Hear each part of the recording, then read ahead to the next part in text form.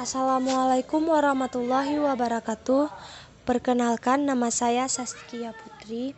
Saya dari kelas 1B, Prodi Administrasi Publik, MK Asas Manajemen, Fakultas Ilmu Sosial dan Politik, Universitas Maliku Saleh.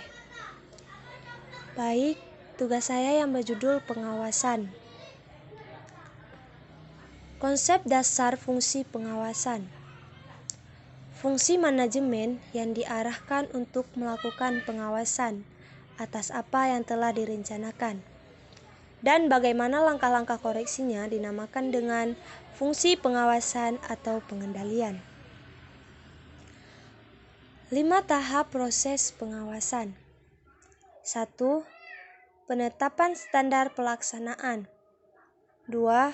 Penentuan pengukuran pelaksanaan kegiatan. 3. Pengukuran pelaksanaan kegiatan. 4. Perbandingan pelaksanaan kegiatan dengan standar dan penganalisaan penyimpangan-penyimpangan. 5. Pengambilan tindakan koreksi bila diperlukan. Manfaat pengawasan. 1. Dapat mengetahui sejauh mana program sudah dilakukan staf. 2.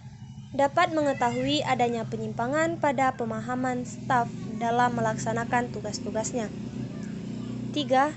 Dapat mengetahui apakah waktu dan sumber daya lainnya mencukupi kebutuhan dan telah dimanfaatkan secara efisien. 4. Dapat mengetahui sebab-sebab terjadinya penyimpangan.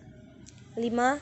Dapat mengetahui staf yang perlu diberi penghargaan, dipromosikan atau diberikan pelatihan lanjutan. 5 objek pengawasan. 1. Objek yang menyangkut kuantitas dan kualitas barang atau jasa. Pengawasan ini bersifat fisik. 2. Keuangan. 3. Pelaksanaan program di lapangan. 4. Objek yang bersifat strategis. 5. Pelaksanaan kerja sama dengan sektor lain yang terkait. Jenis-jenis pengawasan. Pengawasan fungsional. Fungsi pengawasan ini melekat pada seorang yang menjabat sebagai pemimpin lembaga. Pengawasan publik. Pengawasan ini dilakukan oleh masyarakat. Pengawasan non-fungsional.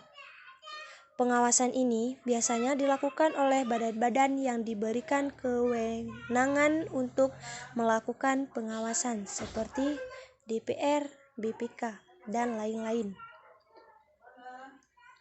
Prinsip pokok pengawasan. Perlu diperhatikan 2 prinsip pengawasan, yaitu 1. Adanya rencana. 2. Adanya instruksi dan pemberian wewenang kepada bawahan. Proses pengendalian dimulai dengan perencanaan dan pembangunan tujuan penampilan kerja. Tujuan penampilan didefinisikan atau standar-standar untuk mengukurnya. Ada 2 tipe standar, yaitu 1.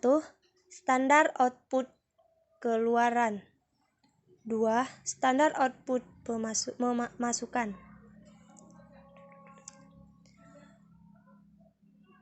Kompensasi dan keuntungan dari sistem pengawasan yang baik adalah akan menarik orang berbakat dan mempertahankannya dalam organisasi. Memotivasi orang yang menggunakan usaha maksimum dalam pekerjaannya.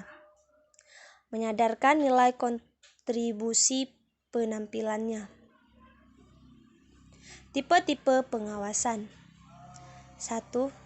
Pengawasan pendahuluan. 2. Pengawasan yang dilakukan bersama dengan pelaksanaan kegiatan. Dan yang ketiga, pengawasan umpan balik. Karakteristik pengawasan yang efektif. 1. Akurat. 2. Tepat waktu. 3. Objektif dan menyeluruh. 4. Terpusat pada titik pengawasan. 5. Realistis secara ekonomis.